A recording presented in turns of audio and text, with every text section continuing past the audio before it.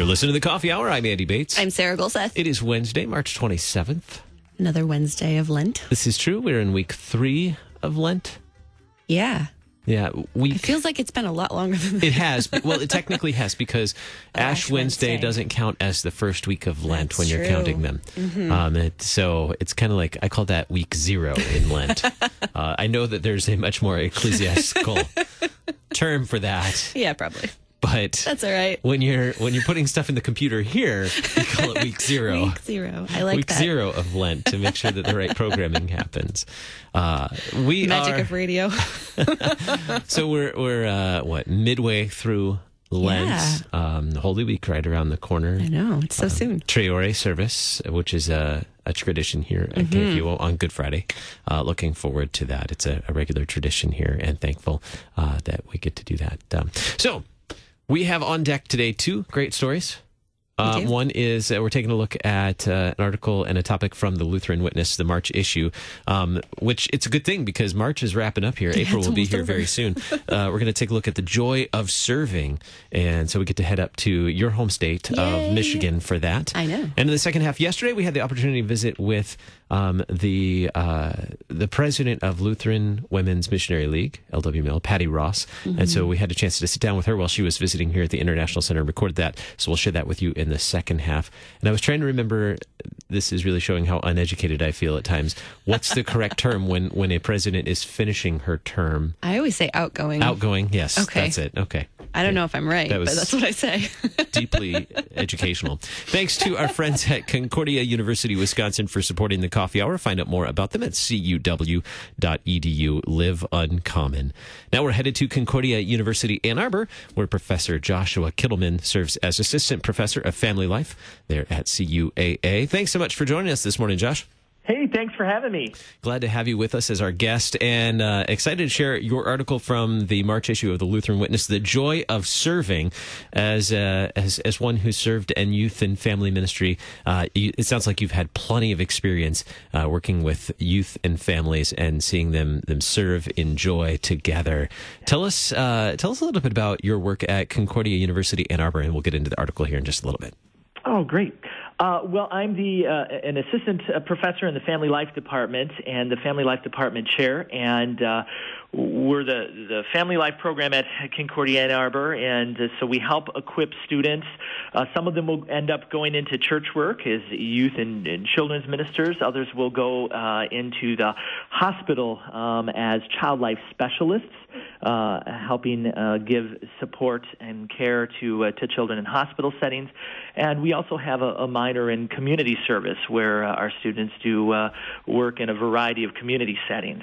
So we love our program and love equipping our students to make a difference in the world. That's a great background to give students that full range of ways to serve as they get into a new vocation. What typically comes to mind when we talk about youth ministry in a serving setting? Well, I think so often still there's a stereotype of youth ministry where, it's a bunch of people in a room with a lot of Mountain Dew and they're playing a lot of games, right? And there's always going to be an element of fellowship there for sure, but it goes much more than that. As I have done ministry myself and worked alongside a lot of colleagues, there's so much purpose behind our ministry to students. We obviously want them to grow in love for God's Word. We want to help them understand and articulate their faith so they can share Jesus with the people around them. And then this component of service, which in my article I shared how much of an impact I believe it has in students when they are equipped, empowered to go out into their communities and really make a difference there and help people. So it's much more nuanced than lock-ins and fun game nights. As one has coined the phrase, pizza is great, but pizza alone isn't youth ministry. There are good things that can happen when you gather around pizza and other youth-type foods. There's fellowship that happens around food, but your article focuses on serving and the joy in serving. What do service opportunities bring to that ministry to youth and young people? Well, I think there's so many. Oftentimes, their service provides an opportunity to just take a break from their normal, quote, normal lives, right? The routines that they go in, so they get a break and they're doing something that they normally might not do. Now, we obviously want to send the message that you can serve. You don't need to be on a service project to serve. You can serve anywhere and at any time. But generally, when they're going to a place to help paint walls, or an organization to help put a roof on a building, or anything that we do with service projects, it's just giving them a different perspective in life. They also often allows them to learn a new skill, perhaps like painting or even using a weed whacker or things like that. And so that's appealing, I've found, for students too. And we also, again, just try to help them see with open eyes the needs in their community. And again, I think service projects do that in a tangible way.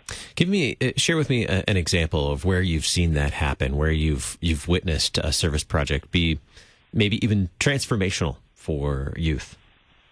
Well, in my article, I talked about the first mission trip that we took. It was one down to Savannah, Georgia, and it was a servant event week, really, and our students, we went down there, and we had paintbrushes, and we had hammers, and we were talking, not only doing the actual projects, but engaging with the people that we were helping.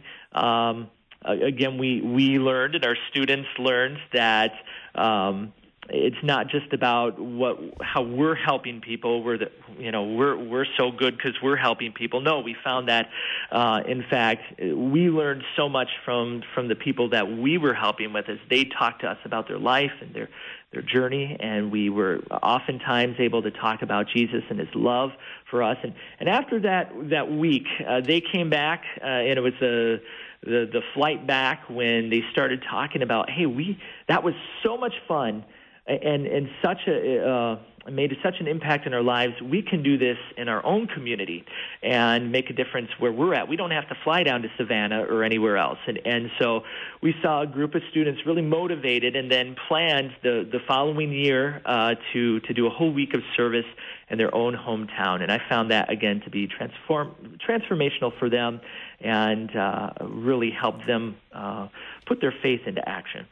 How do these service projects teach youth and kind of open their eyes to the rest of the church outside of their own little church bubble in their world, in their own community? How do they kind of expand their horizons of what is possible in the church at large? Well, I think, again, one thing that I referred to in the article was that, locally they get to see a lot of them, they aren't serving in a bubble. They're serving with adults, youth leaders, a lot of lay members who are going on these trips with them, and also those who are supporting them through prayer, supporting them through financial means. We have to fund these trips. And so they got to see the church come alongside them, walk with them, not just talk about, loving others, but actually participating with them, alongside with them, and actively helping them help other people. And I think that's a huge makes a huge impact in their lives as they see adults aren't just they're just not sitting in the pews. They're working and living out what Christ has called us to live out as well. I'm not sure if that answers your question. And how important are those relationships across generations? Mm-hmm. Oh, thank you for asking that. That's one thing I didn't necessarily get to a lot in my article, but it is, 5 adults is that key number that a lot of research goes back to. 5 adults in the lives of students who are, not perfect, right? Sinners saved by grace. But walking alongside students and living life with them and showing them, again, putting Jesus' love in action. And when students see that, it does make an impact. And often, an eternal impact as they claim their faith as their own, too, as they see faith lived out in other adults. And what does that mean then in their congregational life, having that relationship with mentors or those intergenerational relationships? It makes the church stronger, right? It makes the church stronger. That's the beauty of the church, is the intergenerational nature of it. And sometimes, to our own mistake, we the catchphrase, right? Silos, where we stick youth in a corner, and we have senior adult Bible study, and we have our children's ministry, and we don't bring people together.